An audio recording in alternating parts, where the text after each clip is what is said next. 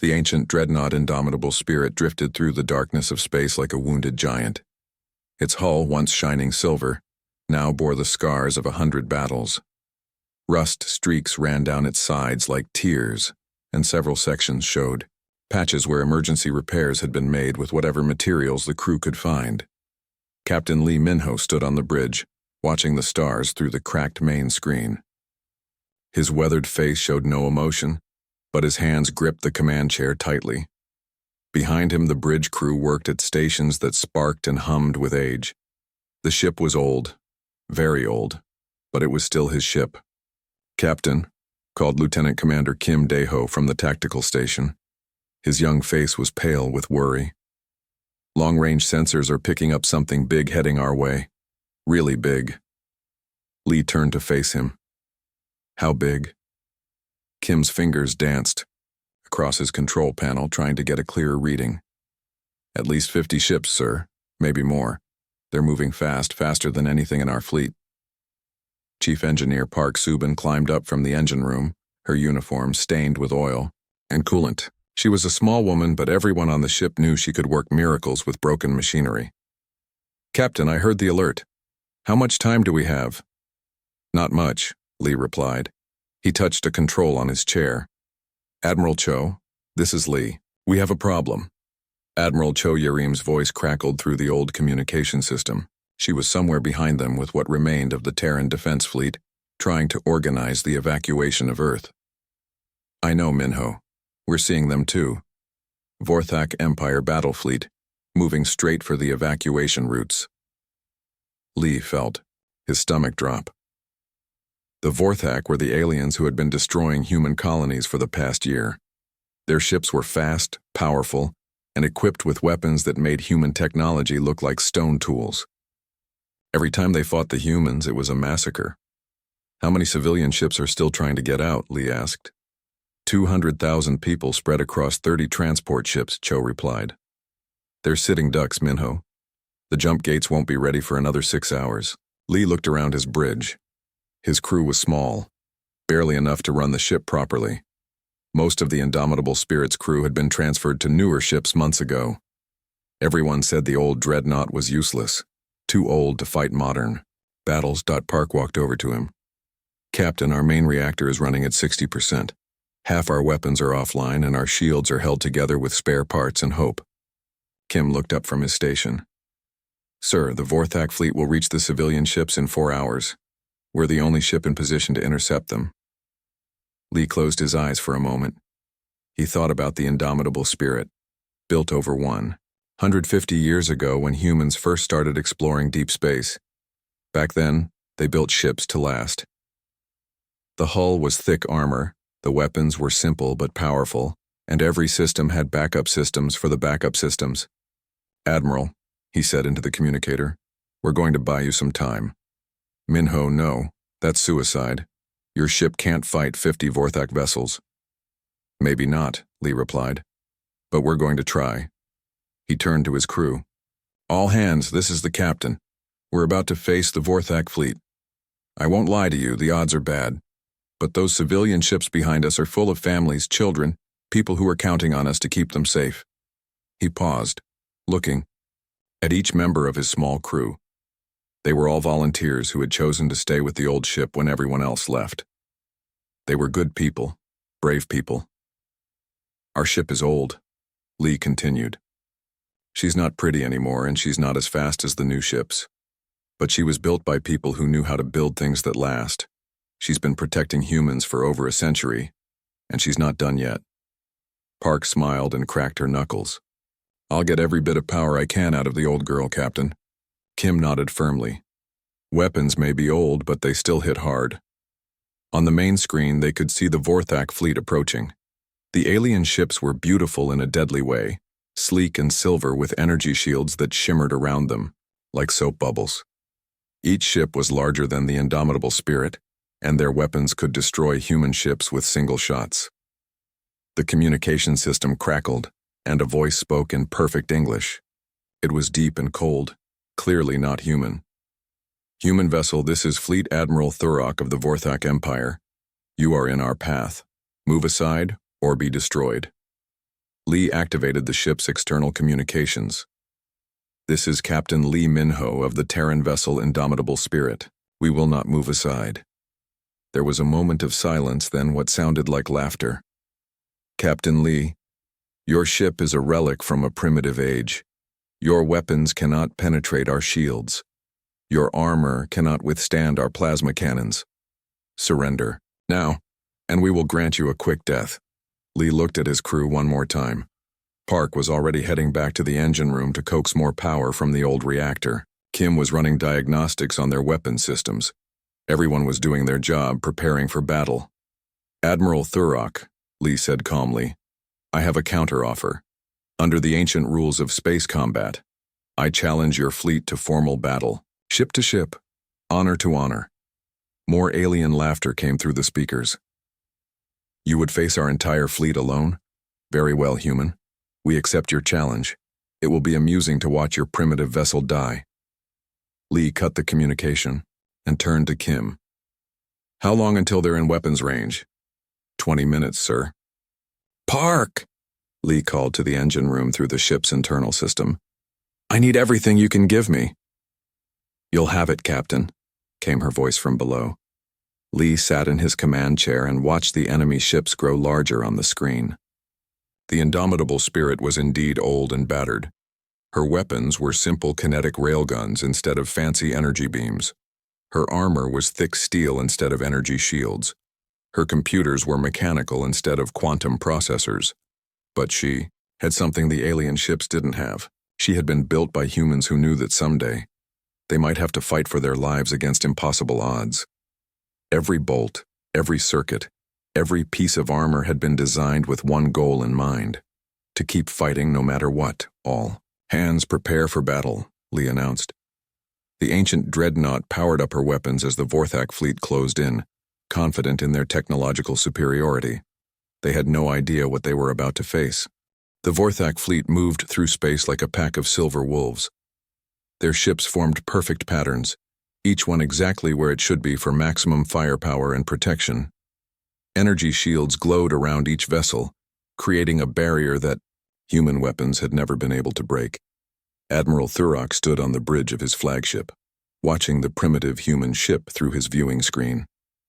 The Indomitable Spirit looked pathetic compared to his sleek vessels.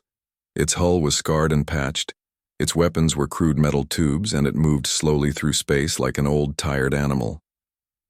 "Admiral," said his tactical officer, "the human ship is not retreating. It appears to be charging directly at us." Thurrock's four eyes narrowed with amusement.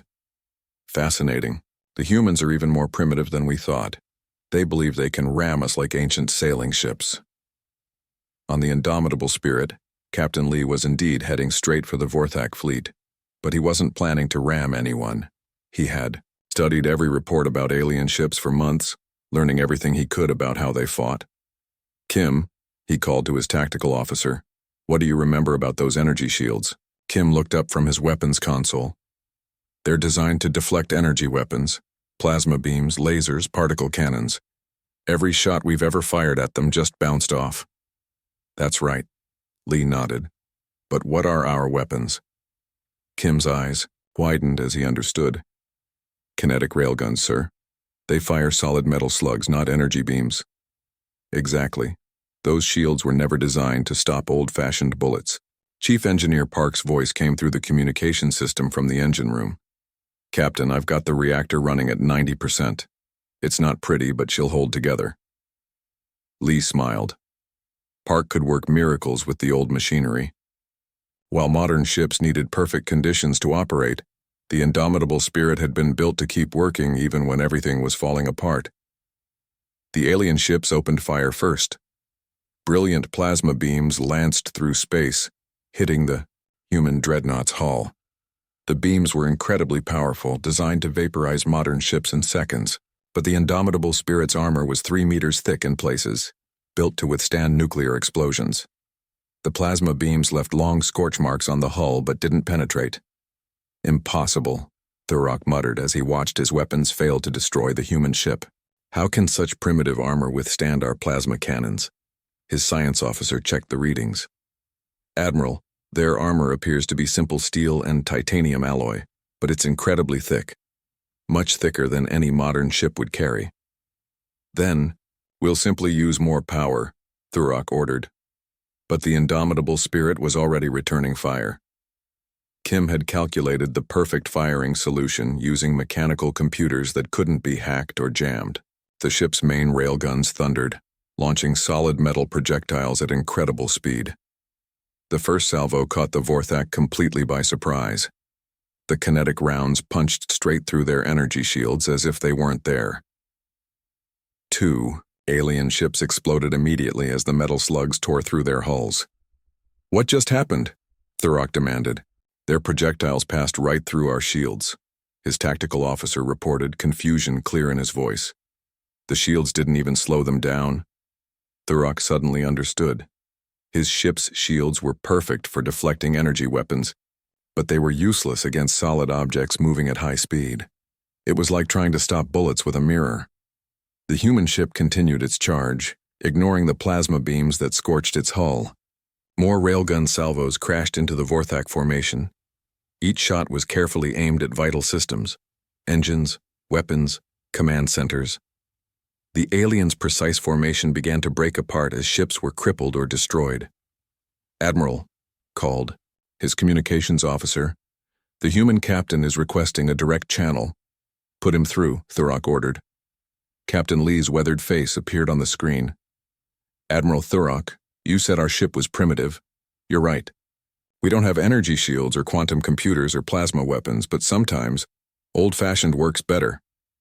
Thurok's flagship shuddered as another railgun round struck its hull. His shields were useless. His advanced weapons couldn't penetrate. The human ship's armor and his carefully planned tactics were falling apart. "Your technology is impressive," Lee continued as his ship fired again. "But you built everything to fight other people like yourselves. We built our ships to fight anyone, anywhere, under any conditions." On the human bridge, Kim was amazed at how well their ancient weapons were working. "Captain, their ships are fast and maneuverable, but they're not built for close combat. Their hulls are too thin." "That's because they never expected to get hit," Lee replied. "They've been winning with technology for so long they forgot about basic armor and structure." Park's voice echoed from the engine room. "Captain, the old girl's warming up. We can push the reactor to full power if you need it." "Not yet," Lee said. "Save it for when we really need it." The Vorthak fleet tried to spread out, using their speed advantage to attack from multiple angles. But the indomitable spirit had been designed for exactly this kind of fight. Its weapons could rotate to track multiple targets, and its thick armor protected it from all directions. More alien ships fell to the ancient Dreadnought's guns. Each shot was devastating because the human weapons were built for raw power rather than elegant precision. While Vorthak plasma beams were designed for clean, efficient kills against unarmored targets, human railguns were designed to punch through anything. "This is impossible," Thurok said as another of his ships exploded. "How can one primitive vessel destroy so many of our ships?" His science officer had been studying the human vessel throughout the battle. "Admiral, I believe we have made a serious error in judgment. This ship is not primitive, it's specialized. Every system is designed for durability and firepower rather than sophistication."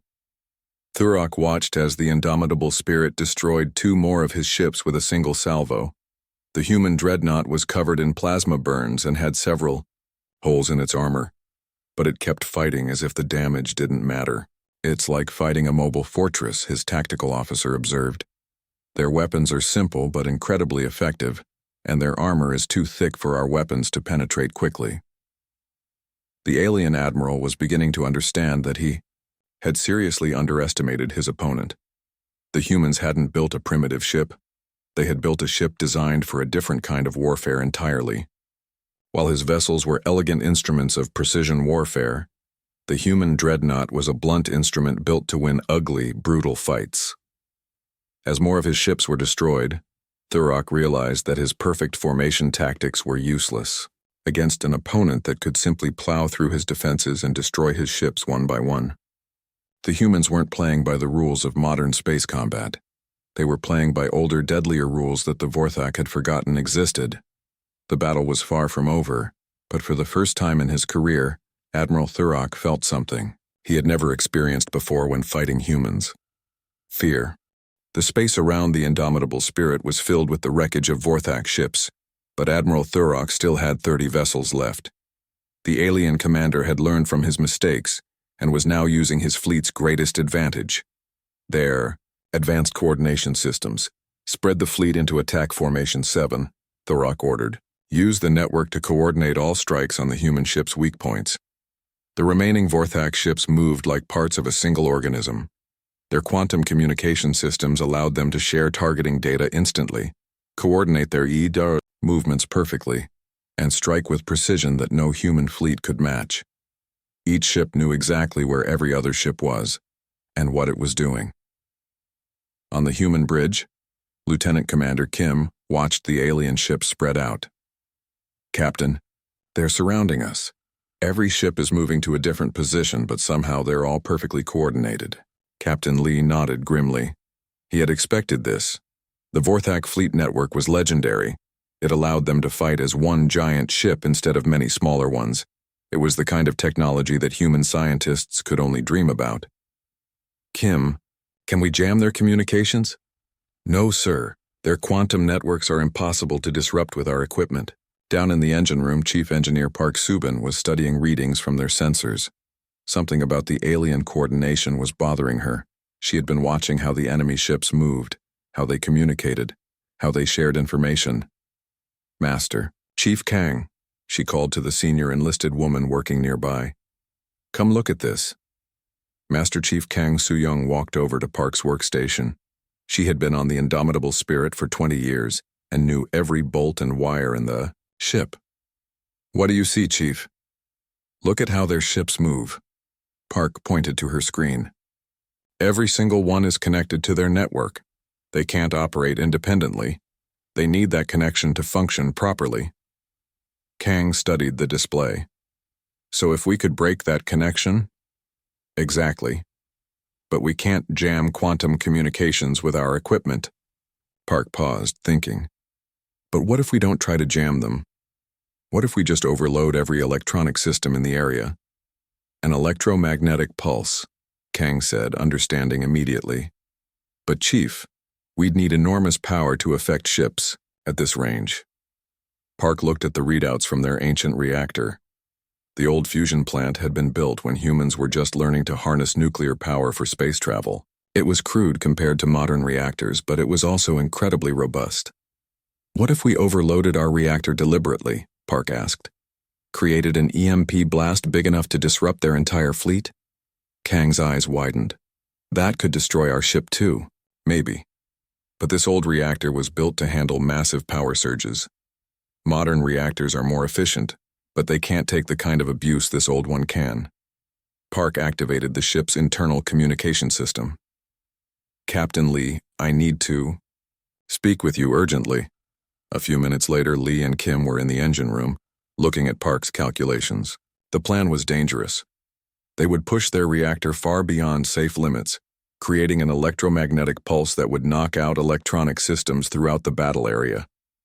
"The good news," Park explained, "is that our ship is mostly mechanical systems. We can function without computers and electronic sensors. The bad news is that if I miscalculate, we could blow up our own reactor." Lee studied the numbers. Outside, he could hear the rumble of Vorthak weapons hitting their hull. The alien ships were coordinating their attacks perfectly, hitting the same spots repeatedly to try to punch through the thick armor. "How sure are you that this will work?" Lee asked. 70%, Park replied honestly. "Maybe 60%. Young Ensign Oh Jihoon, who had been quietly working at a communication station, suddenly looked up. "Chief Park, I've been monitoring their fleet communications. I think your plan might work better than you think." "What do you mean?" Lee asked. "Sir, their ships aren't just connected, they're dependent on that connection. When one ship gets damaged, the others automatically adjust their tactics to compensate. But that means if we knock out their network, they won't just lose coordination. They'll lose the ability to adapt." Park smiled. "Their greatest strength becomes their greatest weakness." Lee looked around the engine room. The old machinery hummed and sparked, held together by the skill and determination of his engineering team. Everything about their ship was simple and mechanical compared to the alien vessels, but that simplicity might save them. "Do it," Lee ordered. Park and her team began the dangerous process of overloading their reactor. They bypassed safety systems that had been protecting the ship for over a century, pushed control rods to positions they were never meant to reach, and channeled power through circuits that began to glow with heat. "All hands," Lee announced over the ship's communication system. "Prepare for electromagnetic pulse. Secure all non-essential electronics and switch to mechanical backup systems." The crew of the Indomitable Spirit had trained for this kind of emergency. Unlike modern ships that relied entirely on computers, their vessel could be operated manually if necessary. Kim switched his weapons control to mechanical targeting systems. The navigation officer pulled out paper charts that hadn't been used in decades. "Reactor at 150%, Park called out as warning alarms began to sound. 160, 170. The Vorthak ships continued their coordinated attack, unaware of what was happening inside the human vessel. Their quantum networks were processing thousands of calculations per second, adjusting tactics, sharing targeting data, coordinating movements with perfect precision. 180%, Park announced, approaching critical threshold. The ancient reactor was straining beyond its limits, but the crude, robust design was holding. Modern reactors would have shut down automatically long before this point, but the old human engineers had built their machine to keep running no matter what. 200%, Park called out. EMP discharge in 5, 4, 3, 2, 1. The Indomitable Spirit's reactor released a massive burst of electromagnetic energy that spread through space like an invisible wave. Every electronic device within 100,000 kilometers was instantly overloaded. On the Vorthak ships, screens went dark, computers crashed, and communication systems failed. The precise, coordinated fleet suddenly became a collection of individual ships with no way to talk to each other. "What happened?" Thurok demanded as his bridge plunged into darkness. Emergency lighting flickered on, revealing crew members frantically, trying to restart their systems. "Complete electronic failure, Admiral," his science officer reported. "All quantum communication links are down. Sensors are offline. Navigation computers are not responding." For the first time in centuries, Vorthak ships were fighting alone.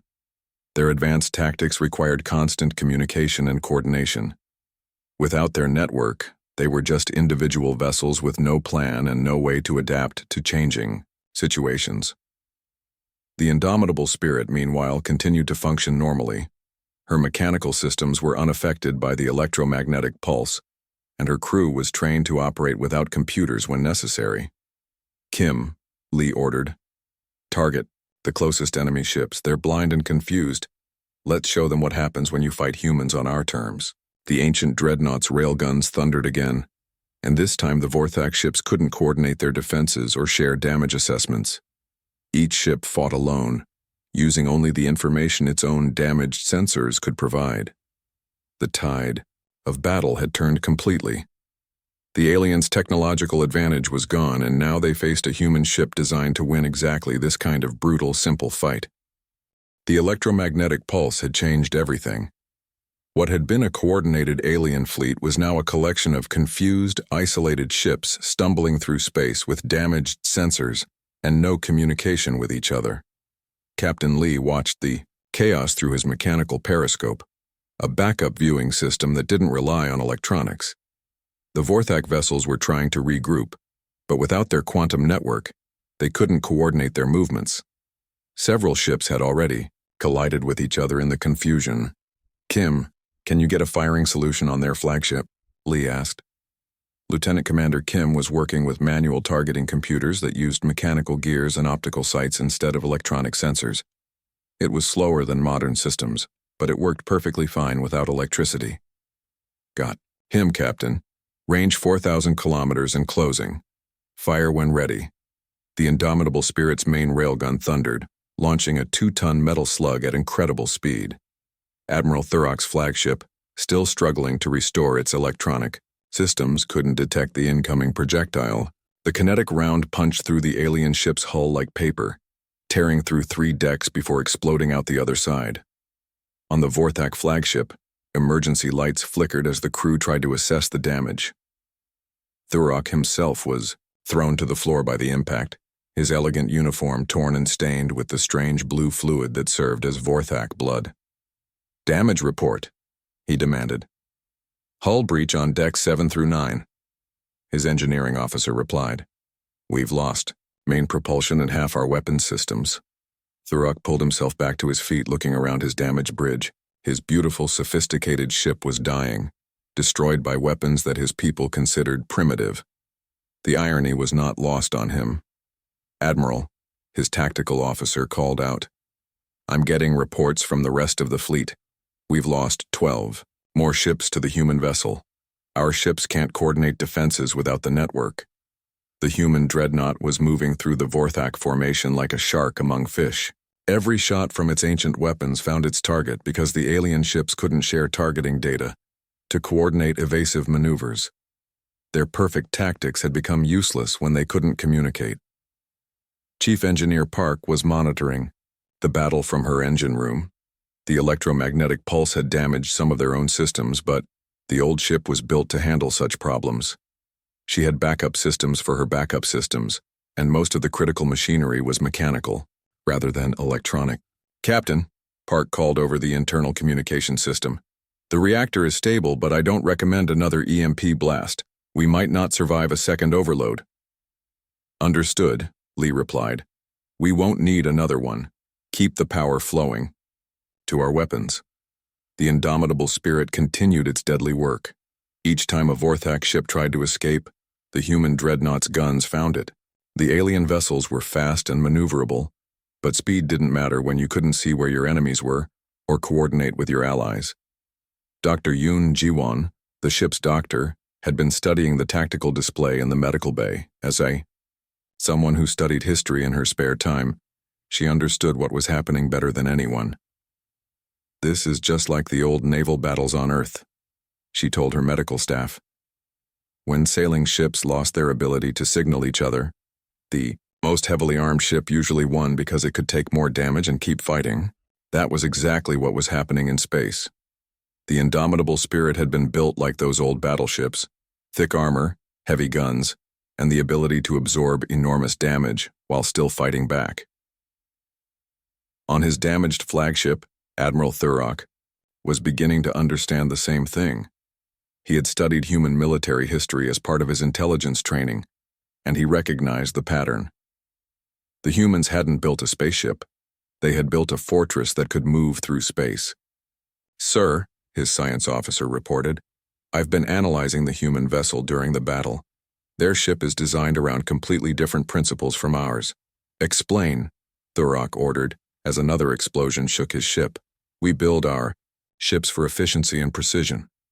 Every system is optimized for perfect performance under ideal conditions. But the human ship is built for survival. Every system has multiple backups, and the whole structure is designed to keep fighting even when heavily damaged." Another railgun round struck a nearby Vorthak destroyer, breaking it in half. The crew watched in horror as their comrades died, knowing they were helpless to prevent it. "It's a different philosophy entirely," the science officer continued. "We assume our technology will work perfectly. They assume everything will break, so they build things that can work even when broken." Thurok nodded slowly. He was a military commander, and he could recognize superior tactics when he saw them. The humans had built their ship for exactly this kind of battle. A brutal slugging match where victory went to whoever could keep fighting the longest. "Admiral," his communication officer called out, "I've managed to establish short-range contact with 3 of our remaining ships. They're requesting orders." Thurok looked at his tactical display. He had started this battle with 50 ships, confident in their technological superiority. Now he had fewer than 15 vessels left, most of them damaged, and the human dreadnought was still fighting at full strength. The worst part was that he was beginning to respect his enemy.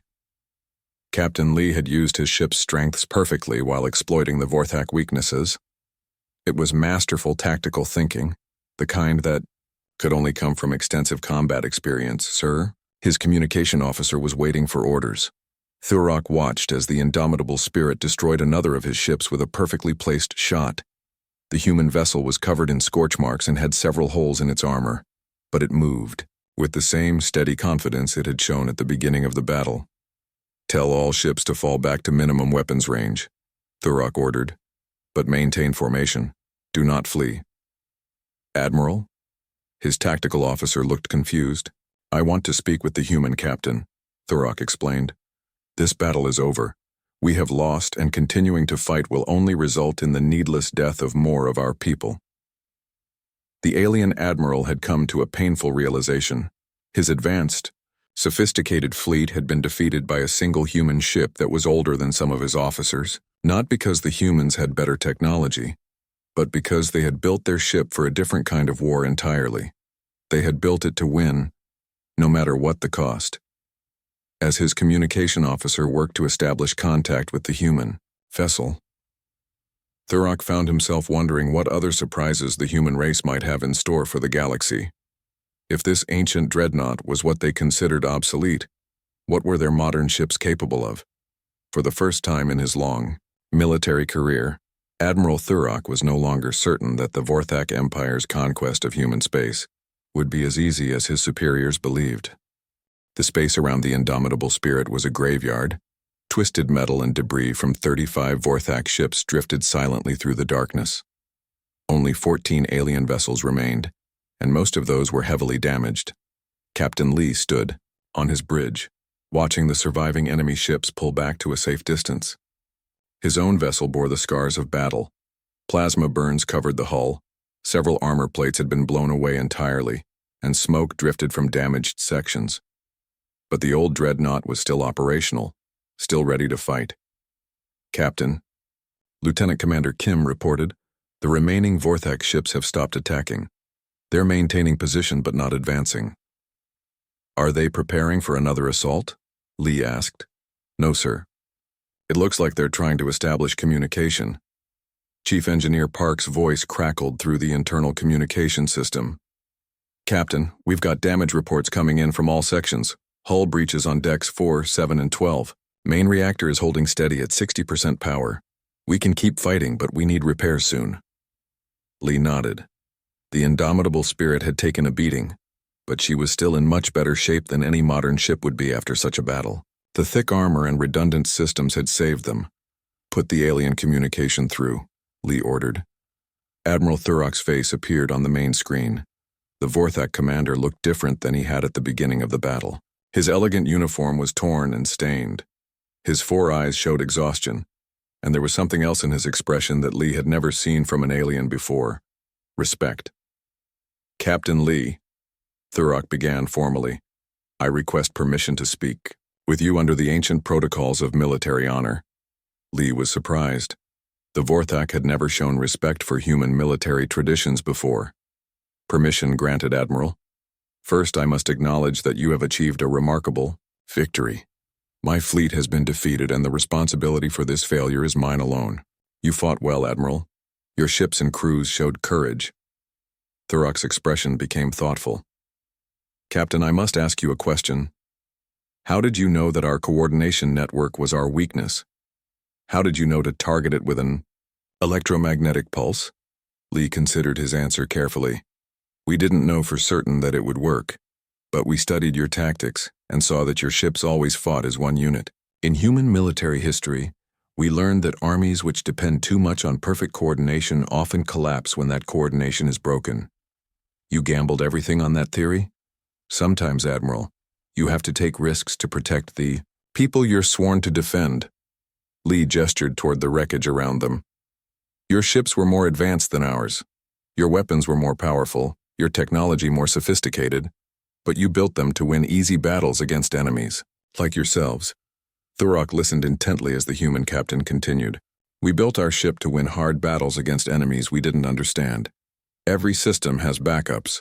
Every weapon is designed to work even when everything else fails. We don't build elegant solutions. We build solutions that work when everything goes wrong. The Vorthak Admiral was quiet for a long moment. His science officer had been right. The humans used a completely different philosophy. Where his people built for perfection, humans built for survival. There is wisdom in your approach, Thurok admitted. We have become so dependent on our technology that we forgot the basics of warfare. You reminded us that sometimes the simple solution is the best solution. On the human bridge, Dr. Yoon Ji-won had joined the command crew to treat wounded personnel.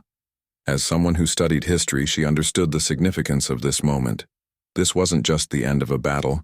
It was the beginning of a new relationship between humans and aliens. Admiral Thurok, Lee said, what will you tell your superiors about this battle? The alien commander's expression became grave. I will tell them the truth. That we underestimated your species badly. That your primitive technology is actually highly effective when used correctly. And that any future conflict with humanity will be far more costly than we anticipated. And the civilian ships that were evacuating from Earth? They are safe. My remaining ships will not interfere with their escape. Thurok paused. Captain, may I ask about your vessel's history? I would like to understand how humans came to build such formidable warships. Lee smiled slightly. The indomitable spirit was built during humanity's first expansion into deep space, over 150 years ago. Back then, we knew we might encounter hostile alien species, so we built ships that could handle any threat. 150 years old? Thurok was amazed. This vessel is older than some of our colonies. She's old, but she was built to last. The humans who designed her assumed that someday, we might have to fight for our survival against enemies with better technology. So they made sure our ships could win even when outgunned and outnumbered. Park's voice came through the communication system again. Captain, I'm getting messages from across human space. Other old dreadnoughts are powering up their reactors and heading for the front lines. Word of our victory is spreading fast. Thurok's tactical officer had been monitoring human communications. Admiral, we're detecting movement throughout human space. Ships we classified as obsolete are becoming active again. The Vorthak commander understood the implications immediately. The humans had more ships like the Indomitable Spirit, vessels that his people had dismissed as ancient relics. If each one could fight like this Dreadnought had fought today, then the invasion of human space would be far more difficult than anyone had imagined. Captain Lee, Thurok said formally, I will be returning to Vorthak space to report on this battle.